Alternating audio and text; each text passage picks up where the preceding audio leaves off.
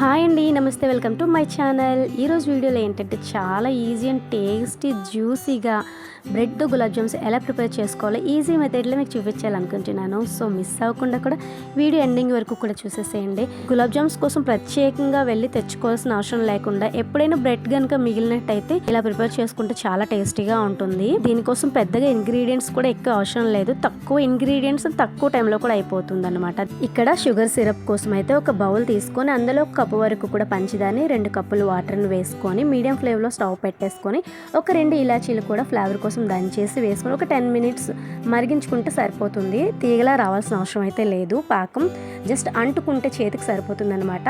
దాన్ని పక్కన పెట్టేసుకుందాము. తర్వాత ఇక్కడ నాకు ఒక 7 పీసుల వరకు కూడా బ్రెడ్లు అయితే ఉన్నాయి. రేపటితో ఎక్స్పైరీ డేట్ దాటిపోతుంది, అందుకోసమే ఇలా నేను రెడీ చేసుకుంటున్నాను ఈరోజు.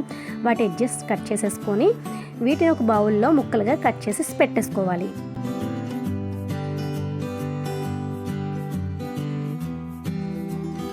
ఇలా బ్రెడ్ అంతా కూడా ముక్కలుగా చేసేసుకొని కాచి చల్లార్చిన పాలను కొంచెం వేసుకొని చపాతీ ముద్దలాగా చేసుకోవాలి.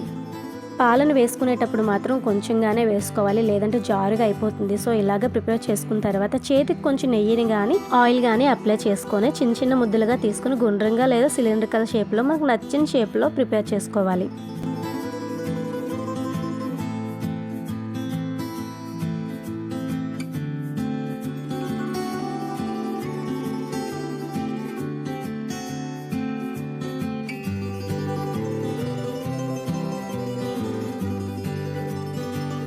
వీటిని చేసేటప్పుడు అంత గట్టిగా అదిమైతే చేయాల్సిన అవసరం లేదు, జస్ట్ తేలిగ్గా చేసినా కూడా ఈజీగానే అయిపోతాయి. క్రాక్స్ అయితే అస్సలు రానే రావు, చాలా సాఫ్ట్గా అయిపోతాయి అన్నమాట. సో ఇలాగే అన్నీ కూడా ప్రిపేర్ చేసేసుకొని పక్కన పెట్టుకోవాలి.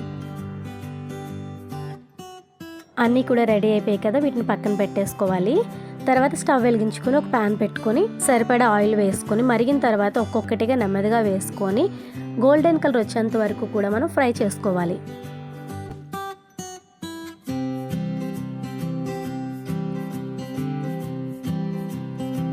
ఇవి తిప్పేటప్పుడు మాత్రం కొంచెం జాగ్రత్తగా తిప్పుకోవాలి, ఎందుకంటే మెత్తగా ఉంటాయి కదా. బ్రేక్ అవ్వకుండా ఉండాలంటే స్పూన్తో జాగ్రత్తగా తిప్పుకుంటూ కూడా మనం ఫ్రై చేసుకోవాలి.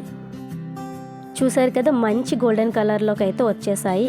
ఈ కలర్ వచ్చేంత వరకు కూడా ఫ్రై చేసుకొని వీటిని మనం ఆల్రెడీ ముందుగానే ప్రిపేర్ చేసుకుని పక్కన పెట్టుకుని షుగర్ సిరప్లో వేసేసుకోవాలి. అంతే. మిగిలిన వాటిని కూడా ఇలాగే ఫ్రై చేసుకుంటూ షుగర్ సిరప్లో వేసేసుకుంటే యమ్మీ అండ్ టేస్టీ జ్యూసీ నిజంగా చాలా టేస్టీగా ఉంటాయండి. ఎప్పుడు బయట నుంచి తెచ్చుకునే ప్యాకెట్స్లో ఉండే పౌడర్తో చేసుకునే కన్నా ఇలా ఒకసారి ట్రై చేయండి. జస్ట్ 1-2 బ్రెడ్ పీసెస్ ఉన్నా కూడా తక్కువ చేసుకోండి ఫస్ట్.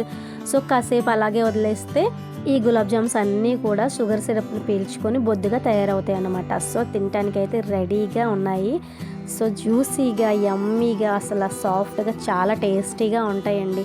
సో నా వీడియో కనుక మీకు నచ్చినట్టయితే మీరు కూడా ఒకసారి ట్రై చేయండి. ట్రై చేసి మీకు ఎలా వచ్చిందో కమెంట్ సెక్షన్లో కమెంట్ చేసి చెప్పండి. మరిన్ని వీడియోస్ కోసం అయితే నా ఛానల్ సబ్స్క్రైబ్ చేసుకోవడం అసలు మర్చిపోవద్దు. Thank you.